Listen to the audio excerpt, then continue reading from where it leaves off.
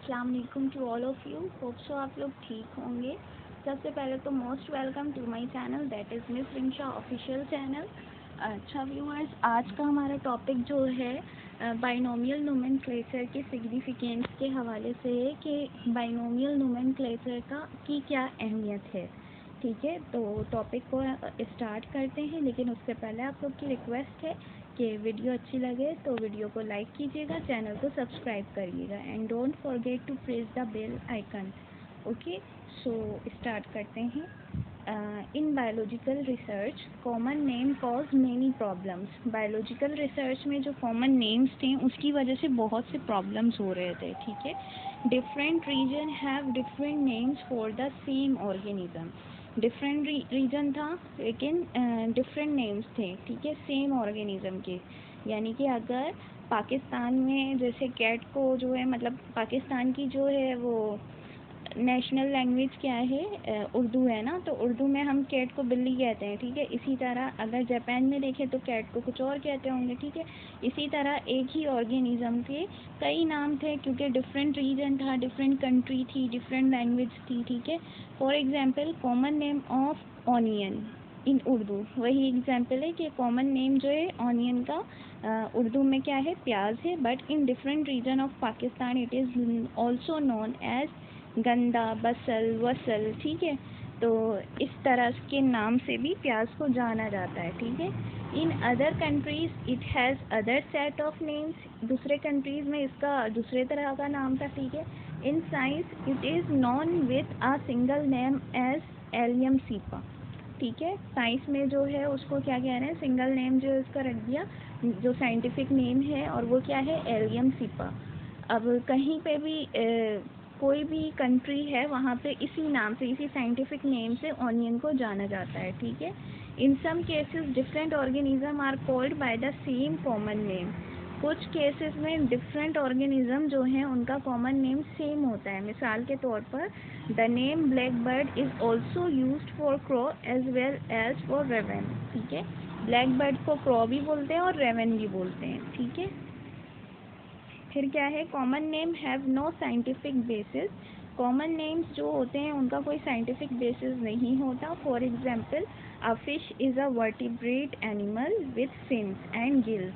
मिसाल के तौर पर फिश क्या है, वर्टिब्रेट एनिमल है और उसके पास फिन्स भी हैं और गिल्स भी हैं। ठीक है, गिल्स गलफड़े को कहते हैं, फिन्स जो उसके बाहर जो टेल होती है उसको कहते हैं। ठीक है, but several common name of silverfish, crayfish, jellyfish and starfish don't fit the biologist definition of a fish।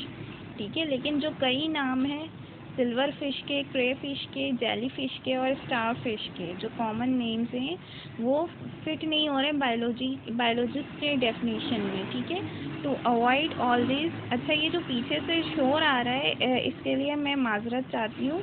ये क्या कहते हैं, काफ़ी टाइम से मैं सोच रही थी कि मुझे वीडियो रिकॉर्ड करनी है, लेकिन इन्हीं शोर की वजह से, इन्हीं मसलों की वजह से मैं रिकॉर्ड नहीं कर पा रही थी। लेकिन अब तो काफ़ी टाइम हो गया और मुझे लाजमी लेक्चर रिकॉर्ड करना था, तो किसी भी तरह मुझे करना था। ठीक है, तो अब क्या है, to avoid all this confusion, इन सारे कन्फ्यूजन को अवॉइड करने के लिए organisms are given scientific names by using binomial nomenclature। ठीक है, ऑर्गेनिज्म को क्या किया गया कि उनको साइंटिफिक नेम दिया गया और उस नेम के से जो है उनको उस नेम में का यूज़ किया गया ताकि बाइनोमियल नोमेनक्लेचर से। ठीक है, the value of this system is due to its wide spread use and the stability of its name. ये जो वैल्यू है इस सिस्टम की, ये किस वजह से है, क्योंकि ये वाइड स्प्रेड हर जगह यूज़ हो रहा है। ठीक है, और उसका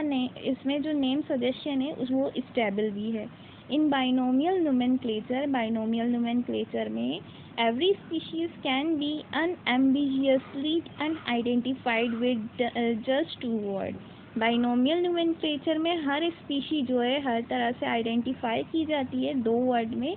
same name can be used all over the world in all language avoiding difficulties of translation. एक ही सेम नेम जो है पूरी दुनिया में हर लैंग्वेज में जो है एक ही नाम से बोला जाएगा, और ये किसके वजह से हो रहा है, बाइनोमियल नोमेनक्लेचर की वजह से हो रहा है, ठीक है। और इससे क्या है कि इससे बहुत सारे प्रॉब्लम से को अवॉइड किया जा सकता है। Sometimes organisms are named in honour of the research worker who described and classified them.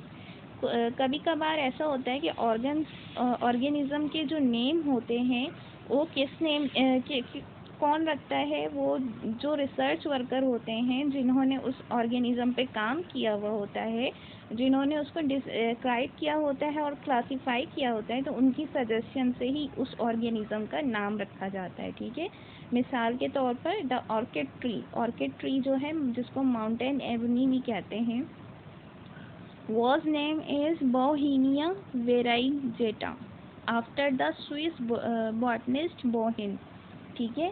तो अब आप इसका देखें तो जेनरा नेम जो है, एक तो स्पीशी नेम है और दूसरा जेनरा नेम है। तो जेनरा नेम जो है ये किसने सजेस्ट कर दिया, जो साइंटिस्ट नेम है उन्हीं के, यानी कि बोहिन से ही बोहिनिया आया, ठीक है। और वेराइगेटा, ठीक है, जो कि ऑर्नामेंटल ट्री है और कहाँ पे पाया जाता है, साउथ ईस्ट एशिया पे पाया जाता है, ठीक है। अब आपको एग्जांपल बता रहे हैं कि कॉमन नेम जो है ऑनियन का क्या है, ऑनियन है, ठीक है। और साइंटिफिक नेम क्या है, एलियम सेपा है, ठीक है। इसी तरह कॉमन सी स्टार यानी कि स्टार फिश का साइंटिफिक नेम एस्टीरियस रूबेंस है। फिर हाउस फ्रॉग का साइंटिफिक नेम कॉर्वस स्प्लेंडेंस है, ठीक है।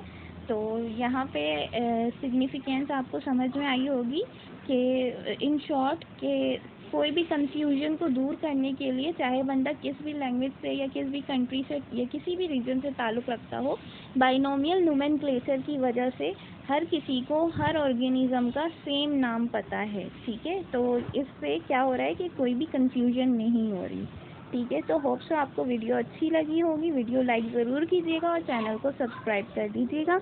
मिलते हैं अब नेक्स्ट वीडियो लेक्चर में, तब तक के लिए अल्लाह हाफिज़, अपना ख्याल रखिएगा।